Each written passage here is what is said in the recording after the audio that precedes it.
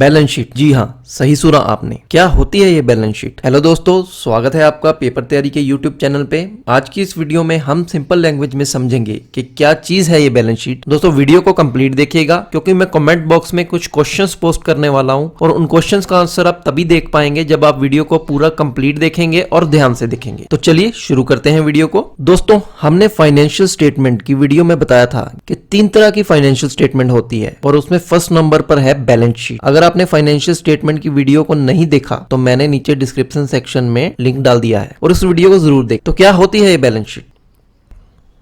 Balance sheet एक ऐसी financial statement होती है जो हमें यह बताती है कि किसी पर्टिकुलर डेट को बिजनेस की फाइनेंशियल पोजीशन क्या थी। बैलेंस शीट से हमें यह भी पता चलता है कि किसी पर्टिकुलर दिन को बिजनेस फर्म के एसेट्स, लायबिलिटीज और इक्विटीज क्या थी। दोस्तों बैलेंस शीट हमेशा एक पर्टिकुलर दिन की होती है, ना कि किसी पीरियड की।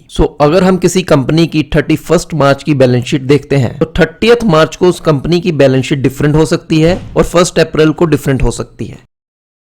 फर्दर बैलेंस शीट हमें यह बताती है कि बिजनेस ने कौन से सोर्सेज से फंड रेज किए हैं। बैलेंस शीट हमें यह भी बताती है कि फर्म ने कहां पे बिजनेस के फंड्स को यूज किया है।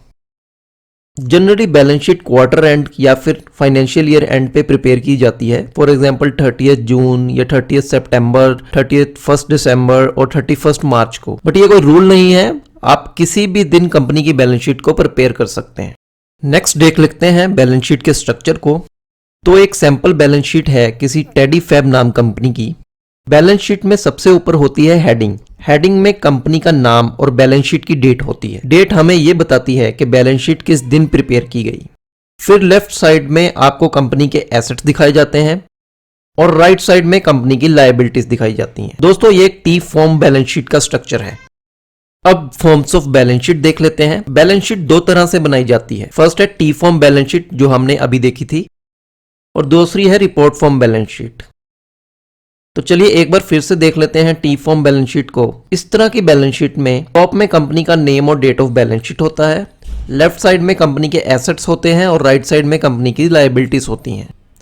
ये होती है एक रिपोर्ट फॉर्म बैलेंस शीट। इस तरह की बैलेंस शीट में भी टॉप में कंपनी का नाम और डेट ऑफ बैलेंस शीट दी होती है। उसके बाद वर्टिकल फॉर्मेट में पहले कंपनी के एसेट्स लिस्ट होते हैं और उसके बाद कंपनी की लायबिलिटीज दिखाई जाती हैं। दोस्तों बैलेंस शीट कंपनी के एसेट्स, लायबिलिटीज और इक्विटी का स्नैपशॉट होती है। तो सबसे पहले बात कर लेते हैं एसेट्स की। ये एसेट्स होते क्या हैं? एसेट्स कंपनी के वो रिसोर्सेज होते हैं जिससे कंपनी को फ्यूचर में कोई बेनिफिट्स मिलते हैं। ये बेनिफिट्स या तो हायर कैश फ्लो की फॉर्म में हो सकते हैं या फिर लोअर कैश आउटफ्लो की फॉर्म में हो सकते हैं। मतलब कंपनी एसेट्स को यूज करके या ज्यादा पैसे कमा सकती है या फिर इन एसेट्स को यूज करके कंपनी के खर्चे कम हो सकते हैं। दोनों ही केसेस में एसेट्स कंपनी की प्रॉफिटेबिलिटी और अर्निंग कैपेसिटी को बढ़ाते हैं। अब देख लेते हैं क्लासिफिकेशन ऑफ एसेट्स। एसेट्स 2 तरह के होते हैं। फर्स्ट होते हैं नॉन करंट एसेट्स, सेकंड होते हैं current assets. Non current assets long lived assets होते हैं, मतलब इन एसेट्स की लाइफ लंबी होती है। इनको हम फिक्स्ड एसेट्स भी बोलते हैं, जैसे कि land, building, factories, furniture, equipment etcetera etcetera. इनको फिक्स्ड एसेट इसलिए बोला जाता है क्योंकि कंपनी की ये एसेट्स को रोज रोज परचेज नहीं करती। जैसे अगर कंपनी ने अपने बिजनेस के लिए बिल्डिंग बनाई है तो अगले दिन फिर से एक नई बिल्डिंग नहीं बनाएगी। एक बार बिल्डिंग बन गई तो 10-20 साल तक बिजनेस वहीं पे रन किया जाएगा। फिक्स एसेट फर्दर 3 टाइप के होते हैं। First one is tangible fixed assets. Tangible fixed assets वो एसेट्स होते हैं जिनको हम फिजिकली देख सकते हैं, जैसे कि लैंड, बिल्डिंग, फैक्ट्रीज, फर्नीचर या इक्विपमेंट्स। ये एसेट्स बैलेंस शीट में नेट वैल्यू पे दिखाए जाते हैं, मतलब ग्रॉस वैल्यू में से डेप्रिसिएशन माइनस करते हैं। डेप्रिसिएशन का कॉन्सेप्ट आपको मैं एक अलग वीडियो में समझाऊंगा क्योंकि नहीं तो फिर ये वीडियो बहुत लंबी हो जाएगी। सेकंड टाइप के फिक्स एसेट्स होते हैं intangible fix assets. Intangible assets की कोई फिजिकल डायमेंशन नहीं होती, इन आइटम्स को आप टच नहीं कर सकते। ये फर्म के लिए वैल्यूएबल होती हैं। For example patents, copyrights, trademark, goodwill. ये एसेट्स भी बैलेंस शीट में नेट वैल्यू पे दिखाए जाते हैं, मतलब ग्रॉस वैल्यू में से अमोर्टाइजेशन को माइनस करते हैं। अमोर्टाइजेशन का भी हम डेप्रिसिएशन वाली वीडियो में ही समझेंगे। जो फिजिकल या टेंजिबल फिक्स एसेट्स हैं उसमें डेप्रिसिएशन चार्ज होती है, जो इनटेंजिबल एसेट्स हैं उसमें अमोर्टाइजेशन चार्ज होती है। नेक्स्ट टाइप के नॉन करंट एसेट्स होते हैं capital work in progress. Company के कुछ ऐसे फिक्स एसेट्स होते हैं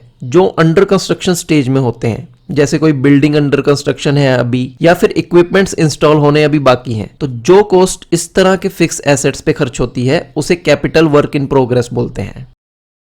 नेक्स्ट टाइप के नॉन करंट एसेट्स होते हैं लॉन्ग टर्म इन्वेस्टमेंट। कई बार ऐसे होता है कि कंपनी के पास फंड्स पड़े होते हैं बट वो इसे किसी प्रोडक्टिव पर्पस में यूज नहीं कर पाती, तो ऐसे आइडल फंड्स को कंपनी लॉन्ग टर्म इंस्ट्रूमेंट्स में इन्वेस्ट कर देती है, जैसे कि equity shares, preference shares, debentures, so that कुछ रिटर्न जनरेट की जा सके इस आइडल कैश से। नेक्स्ट आते हैं डेफर्ड टैक्स एसेट्स। कभी कभी कंपनी ओवर टैक्स पेमेंट कर देती है जिससे उसकी फ्यूचर की टैक्स लायबिलिटी कम हो जाती है, तो ये भी एक तरह से कंपनी के एक एसेट्स होते हैं, तो इनको बोलते हैं डेफर्ड टैक्स एसेट्स।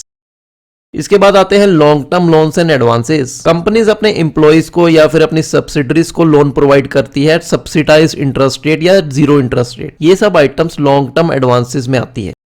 और लास्ट आते हैं नॉन करंट एसेट्स, और लास्ट आते हैं अदर नॉन करंट एसेट्स। अभी तक हमने जितने भी नॉन करंट एसेट्स डिस्कस किए हैं, अगर कोई एसेट इनमें से किसी भी कैटेगरी में नहीं आता तो हम उसे अदर नॉन करंट एसेट्स की कैटेगरी में डाल देते हैं। अब बात कर लेते हैं करंट एसेट्स की। जो एसेट्स या तो कैश फॉर्म में होते हैं या फिर बहुत ही जल्दी कैश में कन्वर्ट हो जाते हैं, ऐसे एसेट्स को हम करंट एसेट्स बोलते हैं। ऐसे एसेट्स 12 मंथ से कम टाइम में कैश में कन्वर्ट हो जाते हैं। करंट एसेट्स में सबसे पहले आते हैं करंट इन्वेस्टमेंट्स। करंट इन्वेस्टमेंट्स वो इन्वेस्टमेंट होती हैं जो बहुत शॉर्ट टर्म पीरियड के लिए की जाती हैं। For example short term mutual funds. ये इन्वेस्टमेंट बैलेंस शीट में दिखाई जाती हैं मार्केट वैल्यू पे या फिर कॉस्ट वैल्यू पे, दोनों में से जो कम हो।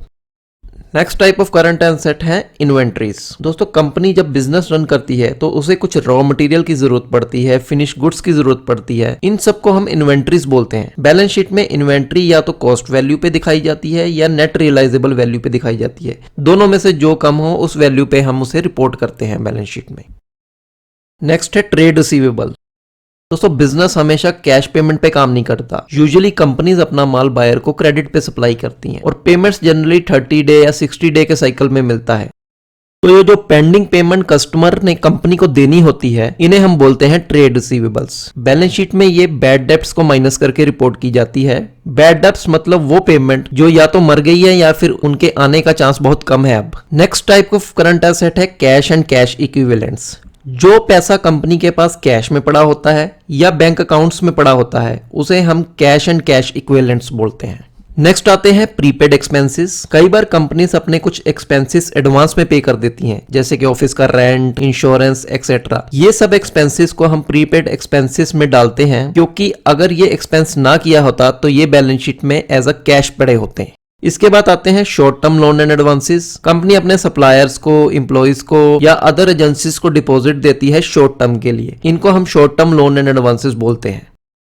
और लास्ट है अदर करंट एसेट्स। जो करंट एसेट्स किसी भी कैटेगरी में नहीं आते उनको हम अदर करंट एसेट्स में डाल देते हैं।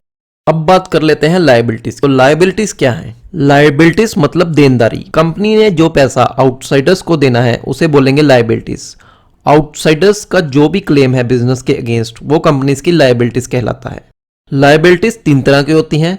फर्स्ट है शेयर होल्डर फंड्स, जिसे हम इक्विटी भी बोलते हैं। फिर आती हैं नॉन करंट लायबिलिटीज और लास्ट में आती हैं करंट लायबिलिटीज। चलिए इन तीनों को एक एक करके समझ लेते हैं। शेयर होल्डर फंड्स को हम इक्विटी भी बोलते हैं।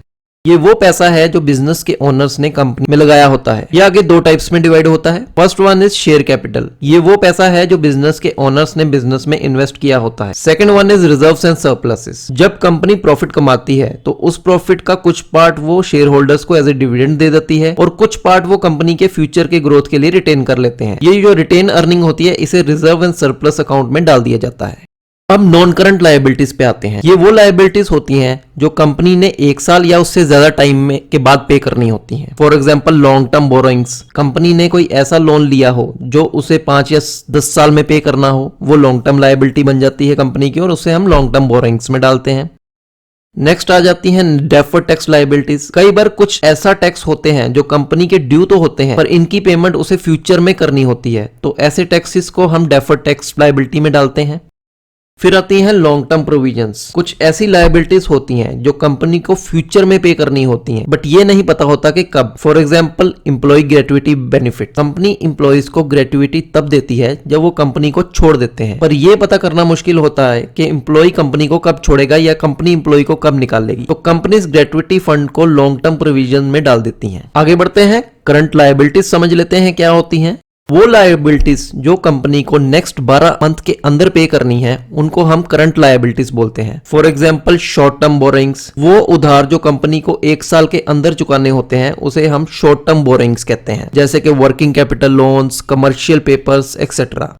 फिर आते हैं सन्ड्री क्रेडिटर्स। कंपनी सारा का सारा माल कैश में परचेज नहीं करती, कुछ माल क्रेडिट पे लिया जाता है। सो ये जो पैसा कंपनी ने अपने सेलर्स को पे करना होता है उसे हम सन्ड्री क्रेडिटर्स कहते हैं।